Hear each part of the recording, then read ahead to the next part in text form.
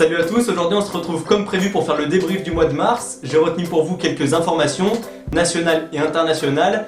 On parlera d'économie, de politique, d'environnement et même de Game of Thrones. Et on terminera à la fin par une information totalement inutile.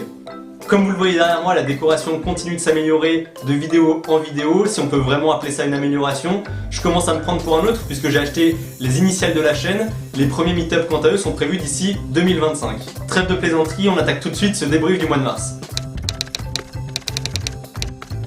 On commence à l'étranger tout d'abord, puisque la province canadienne de l'Ontario a décidé de mettre très prochainement en place une expérimentation concernant un revenu universel.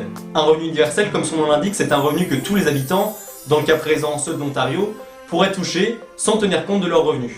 En France, le débat commence à apparaître à l'Assemblée nationale et certains pays l'expérimentent déjà. En Finlande, il est de 550 € par personne, ce revenu universel, et aux Pays-Bas, il est de 900 €. En Suisse, un référendum est prévu en juin prochain pour savoir si oui ou non il faut mettre en place un revenu universel. Par contre, le revenu en Suisse, il ne serait pas de 500 ou de 900 €, mais de 2300 € pour tous les habitants de la Suisse. Ça risque sûrement d'être le référendum avec le plus gros pourcentage de oui de l'histoire de l'humanité. Autre information, l'accord entre l'Union Européenne et la Turquie concernant les migrants vient d'entrer en vigueur. L'Europe va débloquer 3 milliards d'euros d'aide pour aider la Turquie à endiguer le flot de migrants. L'objectif de cet accord est de désengorger la Grèce qui commence à saturer et de calmer le flux de migrants qui arrivent en masse depuis l'an passé en Europe. Du coup, tous les migrants qui passent par la Turquie pour rejoindre la Grèce seront automatiquement renvoyés en Turquie, et pour chaque migrant renvoyé en Turquie, un migrant qui est déjà en Turquie sera accepté au sein de l'Union Européenne dans une limite de 72 000 places. Cet accord a été vu comme honteux par la Turquie, néanmoins l'Union Européenne a prévu quelques concessions, puisque si toutes les mesures sont correctement appliquées par la Turquie, désormais les Turcs n'auront plus besoin de visa pour venir en Union Européenne. C'est une première étape en vue des discussions concernant l'adhésion de la Turquie au sein de l'Union Européenne, qui devrait du coup également réouvrir suite à cet accord. Revenons en France et parlons maintenant de chalutage en eau profonde. Alors le chalutage en eau profonde, qu'est-ce que c'est? C'est une pêche qui est pratiquée à très grande profondeur et qui du coup détruit un petit peu tous les écosystèmes marins, et c'est très pratiqué par les Français. En 2013-2014, une campagne de sensibilisation avait été lancée par l'ONG Bloom, et je ne parle pas de la fée du Goons Club. Oui, mes références sont plus que douteuses, mais non, vous n'avez pas le droit de partir tout de suite. Revenons à l'actualité, vu qu'on se remet à parler de ce sujet, il faut savoir que la Scapèche, qui est le premier armement français de pêche, a décidé d'ici 2025 d'arrêter de pratiquer le chalutage en eau profonde. Il faut savoir que dans la campagne menée par l'ONG Bloom, qui n'a rien à voir non plus avec Orlando Bloom, la Scapèche était beaucoup décriée puisqu'elle utilisait énormément cette pratique de chalutage en eau profonde.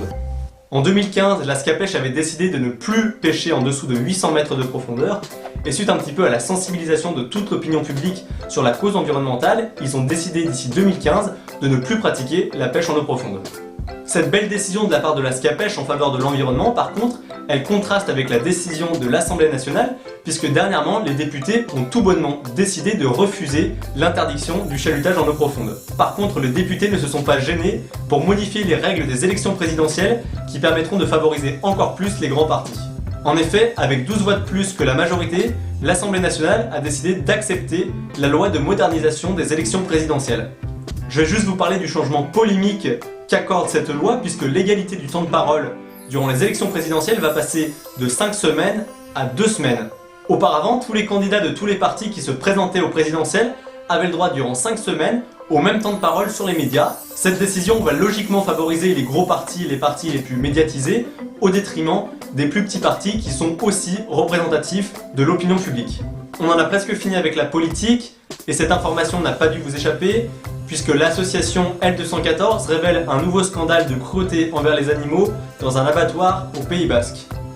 Du coup, le ministre de l'Agriculture, suite à cette affaire, a promis deux choses. La première, c'est qu'il veut un contrôle dans tous les abattoirs en France d'ici 1 mois, et la deuxième, c'est qu'il veut des représentants de la protection animale dans tous les abattoirs également. Néanmoins, cette deuxième décision reste un petit peu à contraster, puisque en 2009, il y a déjà eu une directive européenne concernant les représentants de la protection animale dans les abattoirs, et au vu des scandales qui sont révélés ces derniers mois, apparemment elle n'a pas l'air très appliquée. On en a fini avec les informations que vous pourriez trouver barbantes. On passe maintenant à l'info un peu insolite et on terminera avec l'info inutile. Il y aurait des relations entre la série Game of Thrones et l'État islamique. C'est pas moi qui le dis, mais Dominique Moisy, qui est un politologue français qui a travaillé à Harvard, donc le mec est quand même au-dessus, et du coup il a un petit peu repris le travail d'une journaliste américaine qui avait déjà un petit peu parlé de ce sujet.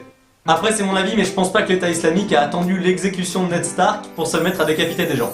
C'est plus vraiment un spoiler de spoiler la saison 1. Par contre, concernant la mort de... Et du coup, Dominique Moisy va même plus loin puisqu'il va assimiler les familles de Game of Thrones avec les acteurs autour du conflit de l'État islamique. Pour lui, Daesh serait logiquement les marcheurs blancs, la riche famille des Lannister serait l'Arabie Saoudite et la famille Stark serait un petit peu l'opposition. Et du coup, on finit la comparaison en beauté puisque la famille Targaryen serait les États-Unis. Donc on passe de Khaleesi à Donald Trump. Très sympa. Pour savoir si Daesh s'inspire vraiment de Game of Thrones, je vous propose une immersion plutôt gênante au sein de l'État islamique. Est-ce que je vais vraiment faire ça? Salam alaikum, winter is coming. Préparez les dragons kamikazes pour tuer les infidèles. Allahu Akbar. Je n'assume absolument pas cette séquence qui vient de se terminer et je m'excuse pour les dommages occasionnés. Néanmoins, cette séquence m'aura valu 3 nominations aux Oscars, meilleur scénario, meilleur costume et meilleur acteur. Du coup, on termine ce débrief avec l'information inutile du mois. La Poste vient de mettre en vente le timbre officiel de l'Euro 2016 qui aura lieu cet été en France. Ça en soi, on s'en fout un petit peu, mais la particularité de ce timbre, c'est qu'il sent l'herbe. Enfin le gazon, donc ne vous mettez pas des timbres dans le nez pour vous shooter. Oui, cette blague était vraiment nulle. Oui, on enchaîne. En termes de marketing, c'est quand même costaud la Poste, hein. Il y a de la réflexion, par contre pour distribuer son courrier à l'heure, c'est un petit peu moins évident. On en a enfin fini avec ce débrief du mois de mars. N'hésitez pas, comme d'habitude, à vous abonner en cliquant par ici, à me rejoindre sur les réseaux sociaux, les liens sont dans la barre d'infos, et à commenter, partager et aimer cette vidéo. Cette fois-ci, il n'y aura pas eu d'imitation de Grand Corps Malade dans cette vidéo, elle était bien assez gênante comme ça. Je vous donne rendez-vous mercredi prochain, on parlera des futures innovations technologiques qui risquent d'arriver très bientôt dans notre quotidien. D'ici là, restez informés. Ciao! Salut à tous, on se retrouve aujourd'hui pour parler de sport, et pas n'importe quel sport, non pas de foot ou de rugby, mais de biathlon.